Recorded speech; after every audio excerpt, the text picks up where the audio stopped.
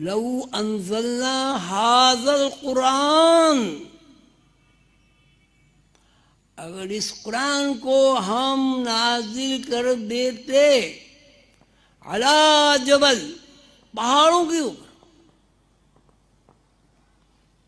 رأیتہ خاشعا متصدعا من خشیت اللہ، ٹوٹ کر بکھر جاتا ہے خشیت سے، خوف سے لرزتے ہوئے بکھر جاتا ہے، خاشعا متصدعا من خشیت اللہ۔ بھائی کیا مطلب ہوا اس کا؟ آپ سب لوگ ماشاءاللہ پڑھے لکھے لوگ ہیں،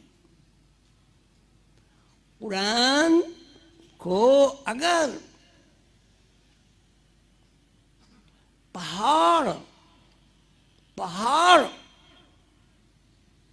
جو جمے ہوئے ہیں، پہاڑ جو سخت ہیں، تو چٹانوں کی شکل میں، اگر یہ قرآن کے اوپر نازل ہو جاتا تو وہ خشیت سے ریزہ ریزہ ہو جاتے۔ اس آیت کی تفہیم میں میں یہ سمجھتا ہوں کہ پورے نوع انسانی کے لیے اور پورے مسلمانوں کے لیے، پورے دانشوروں کے لیے اور پورے علماء کے لیے اللہ تعالیٰ کا یہ پیغام ہے کہ قرآن میں طاقت ہے، قرآن میں طاقت ہے، ایٹم سے زیادہ طاقت ہے قرآن میں۔ اگر قرآن کو پہاڑوں پر نازل کر دیا جاتا تو پہاڑ ریزہ ریزہ ہو جاتے۔ اب آپ غور فرمائیں، قرآن نازل ہونے کا کیا مطلب ہے؟ یعنی پہاڑ کے اوپر قرآن رکھ دیا جاتا، پہاڑ کے اوپر تو آپ 10 کروڑ قرآن شریف رکھ دیں، پہاڑ تو ہلے گا بھی نہیں، یہ ہلے گا؟ تو اللہ تعالیٰ یہ فرما رہے ہیں کہ قرآن پاک کے جو انوار ہیں، قرآن پاک کے کی جو تجلیات ہیں، قرآن پاک کے جو رموز ہیں، اگر ہم پہاڑوں پر نازل کر دیتے تو پہاڑ کا وجود ختم ہو جاتا۔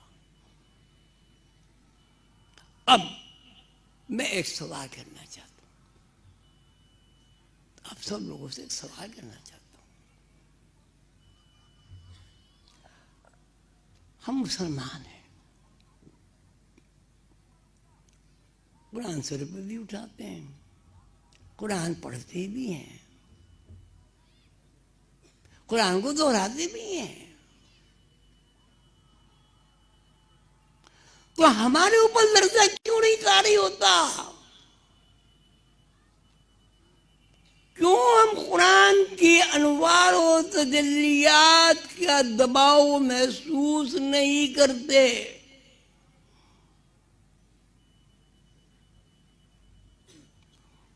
کہ جی میں نے 20 قرآن پڑھ لیے، میں نے 10 قرآن پڑھ لیے، میں نے 100 قرآن پڑھ لیے۔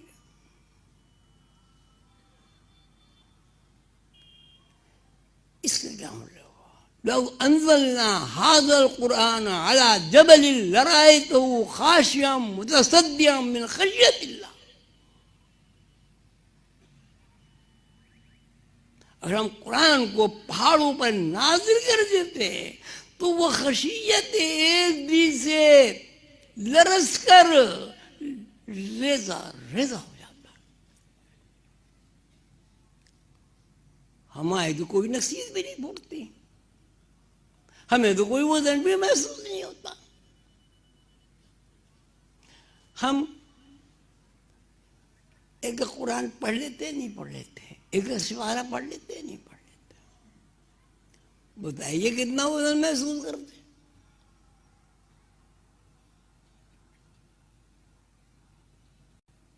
اگر وزن محسوس کرتے ہیں تو آپ آدر رہے ہیں کہ وزن آپ محسوس کرتے ہیں،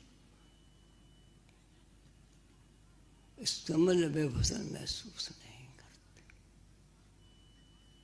یہ خاشعا متصدعا من خشیت اللہ سے مراد یہ ہے کہ قرآن میں ایک طاقت ہے، ایک پاور ہے، ایک توانائی ہے، ایک انرجی ہے۔ اس توانائی سے اگر آپ مسلمان امت مسلمہ، میں، آپ، ہمارے علماء کرام، ہمارے دانشور، ہمارے سائنٹسٹ واقف ہو جاتے تو وہ کیا دنیا کو زیر و زبر نہ کر دیتے؟ اور آپ کہتے ہیں کیسے ممکن ہے؟ ایسا ہوا ہے، ایسا ہوا ہے۔ حضور صلی اللہ علیہ وسلم کے زمانے میں صحابہ کرام قرآن کے انوار سے واقف تھے۔ آپ دیکھیں چند سالوں میں پوری دنیا پر اللہ کی حکمرانی ان ہمارے بزرگوں نے، اللہ کے بندوں نے قائم کر دی۔ ہمارے نقصیر کیوں نہیں پھوٹتی؟ ہم کون سے مسلمان ہیں بھائی؟ نمازیں ہم پڑھتے ہیں، نماز پڑھنا ضروری ہے، اللہ کا حکم ہے، نماز تو کوئی چھوڑ ہی نہیں سکتا۔ کتنے مسلمان میرے بھائی بیٹھے ہوئے ہیں، مجھے تو یہ نظر آ رہا ہے، جہاں تک میری نظر جا رہی ہے مجھے الحمدللہ ٹوپیاں نظر آ رہی ہیں۔ ایک آدمی ہاتھ اٹھائے کہ جو وہ قرآن پڑھتا ہو تو اس کی جسم کا رونگٹا کھڑا ہو جاتا ہے، اس کی جسم کے خون میں ارتعاش پیدا ہو جاتا ہے۔ اٹھائے ہاتھ، یہ کیا بات ہے؟ لو انزلنا هذا القرآن على جبل لرأيته خاشعا متصدعا من خشیت اللہ، کہ اگر ہم پہاڑوں پر، پہاڑ سے کیا مراد؟ یعنی سخت سے سخت چیز پر قرآن کو نازل فرما دیتے تو وہ خشیت الہی سے لرز پر ریزہ ہو جاتا۔ ہماری بات اثر کیوں نہیں ہوتا؟ ہمارا بلڈ پریشر تو ہائی بھی نہیں ہوتا، ہم تھوڑا سا نمک زیادہ کھا لیں ہمارا بلڈ پریشر ہائی ہو جاتا ہے، ہمیں تھوڑا سا غصہ آ جائے بلڈ پریشر ہائی ہو جاتا ہے، کوئی گرم دوا کھا لیں ہمارا بلڈ پریشر ہائی ہو جاتا ہے۔ اب آپ اتنے میرے بہن بھائی بیٹیاں بیٹھے ہوئے ہیں، ہاتھ اٹھائیں کہ کتنے لوگ ایسے ہیں جو قرآن پڑھتے ہیں اور ان کے اوپر اللہ کی خشیت کا اثر ہوتا ہے اور وہ لرزنے لگتے ہیں، رونے لگتے ہیں، اور ان کا ذہن اللہ کی عظمت و جلال سے جھک جاتا ہے اور جسم پر لرزہ طاری ہو جاتا ہے۔ یہ سب کیا ہے؟ یہ سب کیا ہے؟ کیوں ہے؟ اس کا مطلب یہ ہے کہ قرآن ہم پڑھتے ہیں، قرآن ہم پڑھتے ہیں، قرآن کے انوار و تجلیات کا اثر اللہ کرے ہوتا ہو، روح پہ ہوتا ہوگا، جسم پہ تو ہوتا نہیں. اور اگر جسم پر اثر ہونا ہی سب کچھ ہے، اب کہیں جی آگ پہ آگ ڈالو، حاضر کرو، پیر میں کانٹا چبھے، چبھنے کا احساس ہوگا. ٹھیک ہے، ہوگا ہوگا. لیکن اگر جسم میں سے جان نکل جائے، روح نکل جائے، توانائی ختم ہو جائے، اثر ہوگا.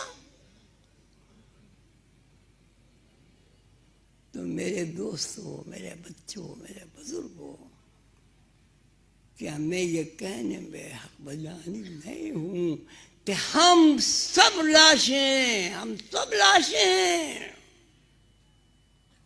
ہم مردہ سام ہیں، ہم مرے میں، ہم زندہ نہیں ہیں. زندہ ہوتے اثر ہوتا. مثلاً ایک زندہ آدمی کو سوئی چبھی جاتی ہے، اثر ہوتا ہے. کیوں بھائی؟ زور سے بولو سب. ایک آدمی کی چنگاری لگ جائے، ہاتھ جلتا ہے، اثر ہوتا ہے نا. یہ تو آپ چھوڑیں، چنگاری کو چھوڑیں، ایک آدمی آپ سے غصہ کرتا ہے، اثر ہوتا ہے. ایک آدمی آپ سے ہنس کے بات کرتا ہے، اثر ہوتا ہے. آپ کوئی کڑوی چیز کھاتے ہیں، اثر ہوتا ہے. آپ میٹھی چیز کھاتے ہیں، اثر ہوتا ہے. تو قرآن کا اثر کیوں نہیں ہوتا؟ اللہ کے کلام کا اثر کیوں نہیں ہوتا؟ اب اس کا مطلب میں نہیں بتاتا، میرے سارے پہلی سب میں میرے سارے دانشور بھائی بیٹھے ہوئے، کوئی بندہ کھڑے ہو کے بتائے کہ کیوں اثر نہیں ہوتا. جامی صاحب آپ کھڑے ہو کے ہوتا ہے، آپ بتائیں.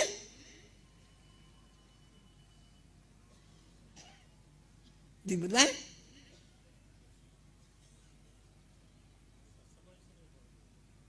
اچھا، اب یہاں تشریف لیں.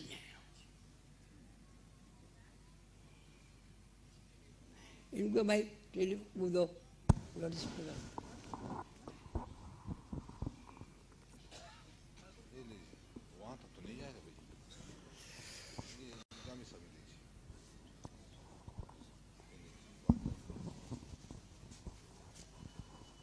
جی سر، آپ نے جو فرمایا ہے اس کی بڑی وجہ یہ ہے کہ ہم پہلے تو اس کو غور کر کے نہیں پڑھتے، اور اس پہ عمل کرنا ہمارے لیے بڑا مسئلہ ہے.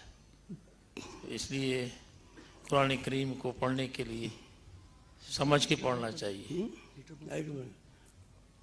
بالکل صحیح فرمایا. یہ میرے اساتذہ میں سے ہیں، آپ نے بالکل صحیح فرمایا. جی سر. اب یہ ارشاد فرمائیے کہ آپ ماشاءاللہ دین کے عہدے پر فائز ہیں، یونیورسٹی کے. آپ نے جو کچھ پڑھا ہے، اگر آپ اس کو قرآن کی طرح پڑھتے تو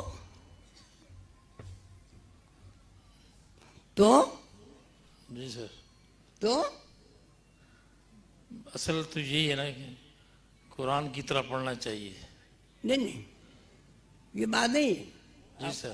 عدالت میں نہیں کھائے.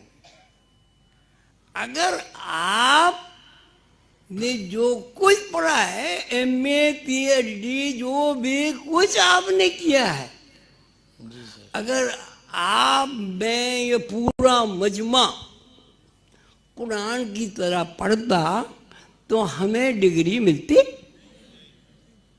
تھی؟ نہیں مل سکتی. اچھا، جب ڈگری نہیں ملتی تو آپ کو یونیورسٹی میں نوکری ملتی نہیں ملتی.